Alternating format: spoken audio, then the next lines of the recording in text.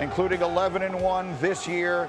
That was the scene as he was leaving yesterday, leaving Oxford, Mississippi on a large private jet.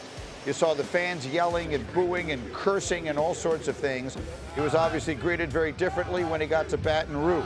So that was his day yesterday. Here he was with Marty Smith. You know that this was a very challenging, difficult day. You know, we went through a lot last night with Keith Carter trying to figure out a way, you know, to make this playoff, you know, run work and be able to coach the team. And at the end of the day, that's his decision. And I totally respect that. I understand that decision. Some people will look at this and say, okay, it is the best season in the history of the school, the best era in the history of the program, a playoff team with an opportunity to win a national championship. So what does LSU offer in your mind that Ole Miss doesn't?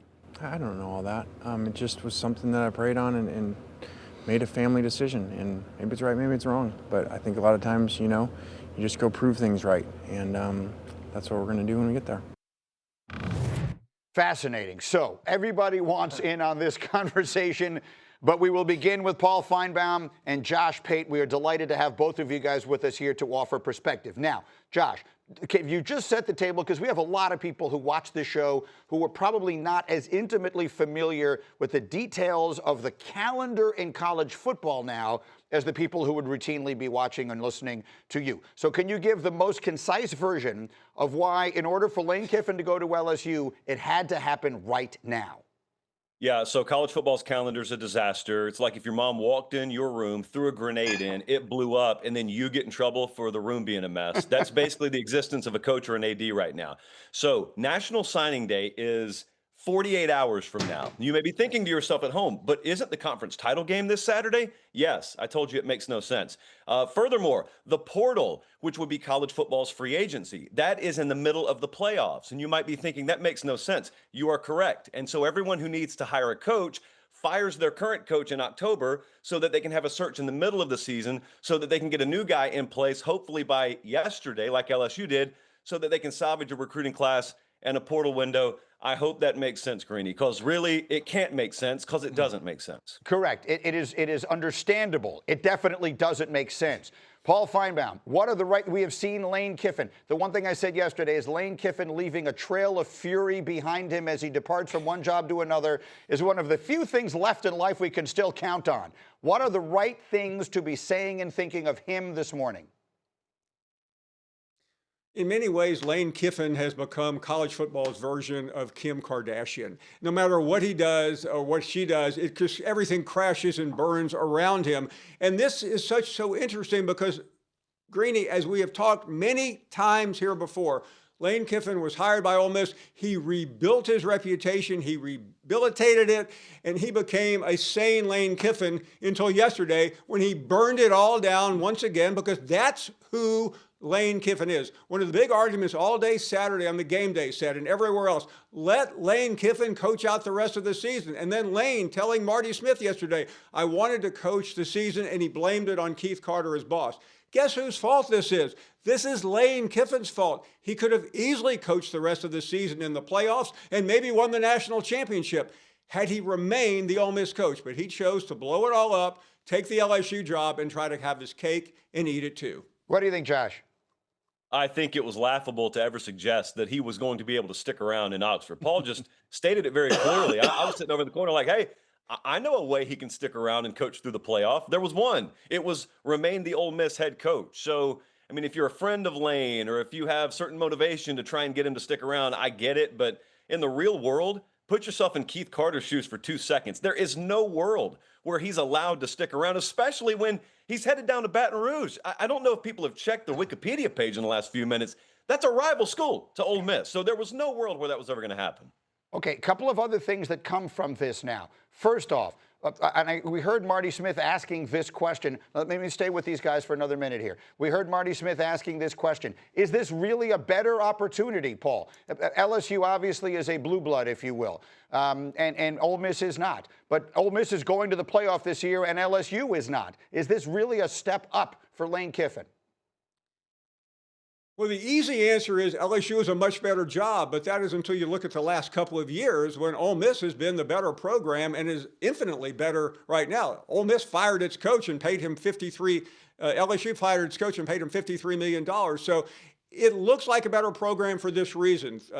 National championships seem to come to LSU. Saban won one. Les Miles won one. Orgeron won one with Joe Burrows. Ole Miss hasn't won a national championship in college football since John Kennedy was president. So that's why it looks that way. But in many ways, Lane Kiffin had a much better program where he was until yesterday. Now, with the other piece of this that I think is significant to this moment is how the committee, the College Football Playoff Committee, will handle this situation. An Ole Miss team that clearly has earned its way into the playoff, Josh, will now go without its head coach and perhaps some of the assistant coaches. To the best of my knowledge, we're still waiting to see how that part of it shakes out specifically. How should the College Football Playoff Committee handle Ole Miss? Well, you said, how should it? This shouldn't be an issue because if you earned it on the field, you should be in. Said the same thing about FSU 2 years ago. But how I feel has got to be placed over here on this shelf for a second. Their own criteria suggests that they are allowed to basically determine the value of a player, i.e. Jordan Travis going out for the season for FSU 2 years ago. They took it upon themselves to define his value and say, we're not going to put him in anymore. Well, now that same bullet point, actually, Greeny, if you look at the playoff criteria, says we're also allowed to define how much a coach is worth.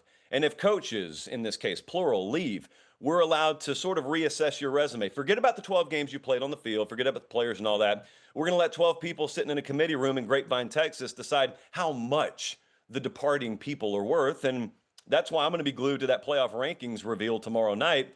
I think they should be in. I don't even think this should be in the criteria, but the bottom line is it is in there, whether I like it or not. And that is the big storyline going into tomorrow night. Give everyone here one chance to jump in. I want to read a tweet from Dan Orlovsky yesterday. Cindy, C9 if you would.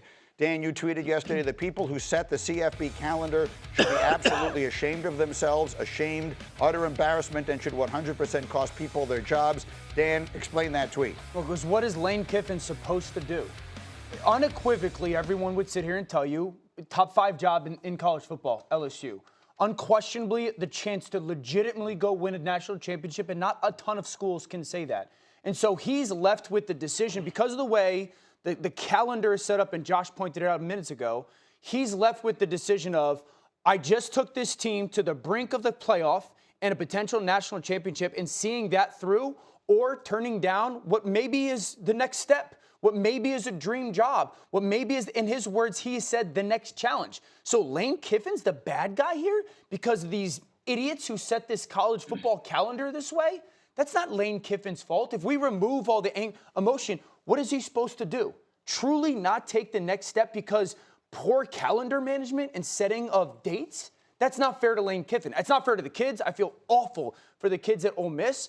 But this is the people, the leadership of the NCAA once again, having awful leadership when it comes to that stuff. Rex, what is you were talking to me about this morning. What's your big picture take? Yeah, I mean, big picture take is, look, I don't blame Lane Kiffin for going after it. Why? I mean, look at the landscape of college football, which I think is absolutely abysmal. Not just the calendar, but the fact you let kids bail, all the time, free agents. You know what? I'm going to make more money, D. Wood, if I go to this place or whatever. What is the difference? And to people that are killing Lane Kiffin, he's the one that built that program. He's the one. His leadership, his talents as a football coach, and the guys he hired and all that type of stuff. And so, look, yeah, I mean, does he look like a monster? It's easy for all of us to say, oh, hell no, he should have stayed, all that kind of stuff. That's not the real world. Because everybody that's saying it would have chastened that job at LSU and the way more money and everything else that job brings. And so to me, no, he is not the monster in this case. I want quick takes. Go ahead, Schefter. He was making $7 million a year at Ole Miss. What I don't understand from the outside is why didn't Ole Miss step up and pay him? College football has become one big money grab. And to your point, Rex, would anybody in any line of work pass up a $5 million a year raise to move on somewhere else? Paul, no. Let me get Paul in here because he's living in this thing every single day. Go ahead, Paul. First of all, the money was going to be the same everywhere. Ole Miss was not going to let him get away for a couple $1 million. I just wanted to clarify that. Continue. That's a good point. Very good. D Wood, give me a final thought from you. No, listen, I just feel for the kids. Imagine you going through a season. You got an opportunity to win a national championship. You got an opportunity to win a national championship, and the adults in this situation destroy any opportunity that these kids might have winning a national championship. But listen, at the end of the day, LSU is a better job. It's a better job. And who's not going to go for the promotion in this situation, if you're Lane Kiffin? The last thing I'll say, for the College Football Playoff Committee, someone better have leadership in that room, because if you leave that team out because of what has transpired from the head coaching perspective, once again, a shame on you. The final words from you guys. Paul Finebaum, final word. Well, first of all, they're not going to leave them out. But I think when we talk about Lane Kiffin in this moment, you have to look at the entire picture of Lane Kiffin. He has done this before. He walked out on Tennessee after 1 year to go to his ultimate dream job, Southern Cal. That ended badly. He walked out on other schools. So don't forget that Lane Kiffin was fired at Alabama after he already took another job. He was fired because he didn't prepare his team for a playoff game. And Nick Saban, 1 week before the national championship game, got rid of his offensive coordinator. The thing that is so irritating to friends of Lane Kiffin, and I consider myself one, is that he rehabilitated himself and then he did it again. This is a vicious cycle in the history of Lane Kiffin. Final word, Josh Pate. And remember, to add to Paul's point there, I agree with what Coach said, what Dan said, what D. Wood said. Everyone on that desk is right with how they characterize the LSU job. But Lane Kiffin was radioactive for a long time. He wanted the Florida job for a long time. He would love LSU, would have loved it for a long time. They wouldn't touch him with a 10-foot pole because his reputation was in the gutter after Saban quite literally fired him the week of a national championship game, which is just absurd.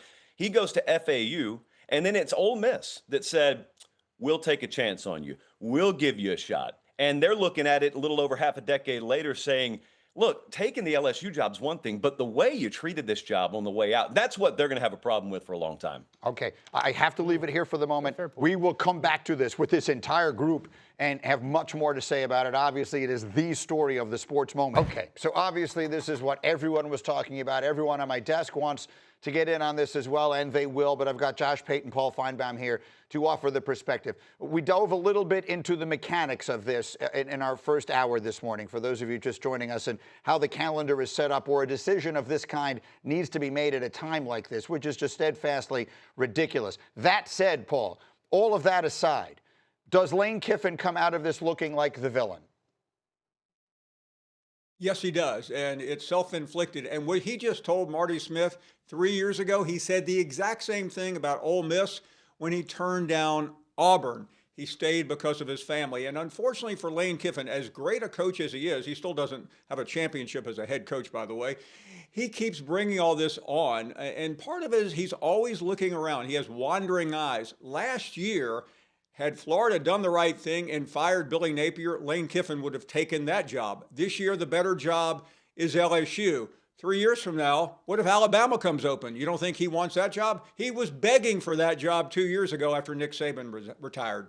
So, Josh Pate, that begs then the question. We live in an entirely new universe in college football now, where money drives everything, and the portal means everything changes and reshuffles pretty much every single year. So I understand that in the college football, most of us have always known LSU was a definitively better job than Ole Miss.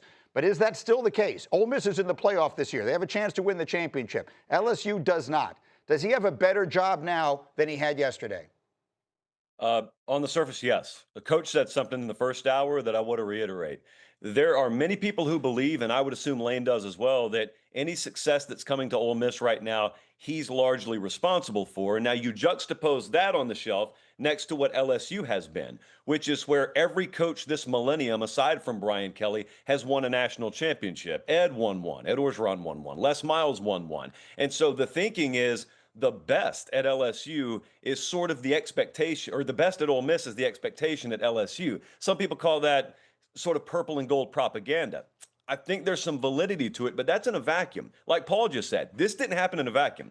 This is specific to Lane Kiffin. He was at LSU. They're the ones that gave him a shot over half a decade ago when no one else would touch him.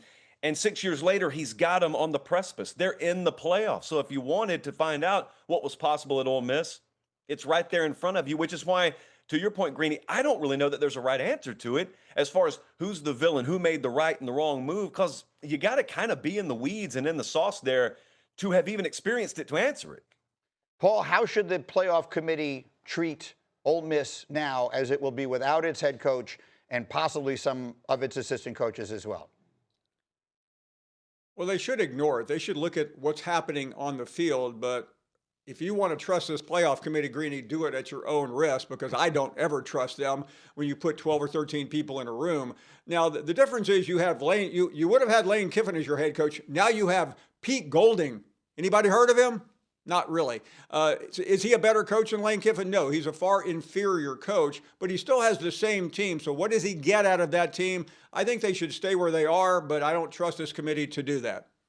Many of us will remember when Bo Schembechler decided we were going to have a Michigan man at Michigan. I know it's a different sport, but they went on and won a national championship. It would be hilarious to watch Ole Miss do exactly that this year, and probably not impossible. I want to put a tweet up, Josh Pate, from Rick Pitino. Yes, that Rick Pitino, because he's paying attention, and he wrote, "I'm not knocking football, but there's something wrong with their calendar. I'm at St. John's, and we're potentially a 1 seed and can win a national championship this year, and I leave in March. What's going on here?" Josh, answer Rick's question. What is going on here? You mentioned we're in a whole new universe in college football. So imagine the world, and there's no ozone layer. So just any old asteroid that wants to hit can hit. In college football, we're void of discernible leadership. There are people making decisions. They aren't qualified people. They're people that aren't talented enough to have real jobs. And so they're sort of in the bureaucratic administrative universe, and they're nameless, they're faceless. We talked about this a couple of weeks ago, Greeny. And so imagine it in NFL terms, to steal Rick's line of thinking there. In the NFL, it would be like having the draft the week of conference championship games, like we're about to have in college football. And then it would be like having the free agency period in the middle of the playoffs. Well, in order to maximize your get there, you got to have a head coach in place. And so what's your alternative? You got to have your search in the middle of the season. And you're going to go after qualified coaches. Qualified coaches are disproportionately in their own playoff run. And so you got a guy at the end of the day like Lane Kiffin, who already loves to be the center of attention and loves the theatrical aspect anyway, placed in the middle of the worst situation imaginable. And that's why that got so combustible and why this blew up, because we got an untenable position and a dude who loves being in that spotlight, part of the untenable position. All right, I want to give everyone a shot at the desk, because everyone here is so dying to get a quick take in. I Rex, just have you a first. question, though. Like, to me, when they fired Brian Kelly, did LSU know? You talk about a coaching search. Did they really have a coaching search, or was it Lane Kiffin, period? Josh Pate, what's the answer to that? I think they thought it was Lane Kiffin, period. But you look, Paul would know this better than me. You're trying to figure out Lane Kiffin's like trying to nail Jell-O to the wall. You hope, and you just trust your LSU. You got infinite resources. He won't say no to us. And in the end, they were right. But anyone who tells you down there they weren't nervous, they didn't have the pit stains going on in the middle of winter, they would be lying to you. What do you think, Paul? Absolutely. Now remember, Lane Kiffin is not the puppet master. The puppet master of all this, Greeny, is somebody that most people don't know out in the hinterlands, but everybody on this panel knows. His name is Jimmy Sexton. He's with CAA, and he calls most of the shots in college football. And I hear some laughter there. There's the conspiracy. He's Rex's agent, but okay, there's go so ahead. Yeah, he's the agent here, and he controls almost all of them, not everyone, but most of the major coaches. So yesterday, when this coaching carousel went on, when Kiffin went here, about 7 or 8 or 9 of Jimmy Sexton's clients started going elsewhere, and he's the one who places the ball and sets the market price. You're hanging out with Jimmy all the time. I got nothing from you. Schefter's mad. He could have broken this story weeks ago. For crying out loud. You know? I think everybody knew Lane Kiffin was going to LSU. I was getting texts about it a week in advance. A week, and I'm sure it was going on beyond that, and it just seemed like the whole thing was staged to where yesterday he finally could say, at this point in time, once the Ole Miss regular season had been over, right? Is that correct? Yes. That he could say that he was over. And they won the Egg Bowl on Friday. Yeah. But I thought he had to spend a night with his family in prayer. He said jokingly. I think his prayers were done well in advance. Yeah, me too. Orlovsky, quick take. I hope Ole Miss wins the national title. Me Feel too. terrible for their Me kids. too. I am rooting for Here's- them. Here's what I would say for everyone that is just dragging Lane Kiffin's name, and I don't know Lane Kiffin at all. What were his options? Stay at Ole Miss? That's it. It was because the calendar, it was either stay at Ole Miss or and turn down a better opportunity, What I he guess. perceives to be a better Right, job. a program that has a richer history, a richer recruiting background. So do that or experience what we're experiencing. And I think just to drag his name and make him out to be this villain guy, his hands were in many ways tied because of the calendar. That's probably right, but Paul, it's his history that now all of a sudden what happens is he's a person for whom the benefit of the doubt, to Dan's point, does not fully apply, right? That is correct, and I won't bore the audience with his history. It's easy to find, but it's almost everywhere he's ever been, it's ended in ashes. And that's why a point made earlier by Josh, Ole Miss gave him a chance. When he got the Ole Miss job, he didn't have very many options. He was looking at Arkansas and Ole Miss. He was begging for work, and finally Ole Miss, a reputable SEC school, gave him. He turned the program around. He made it a winner. And what happened next? He does what he always does. He leaves. He leaves it in ashes, and he leaves chaos behind.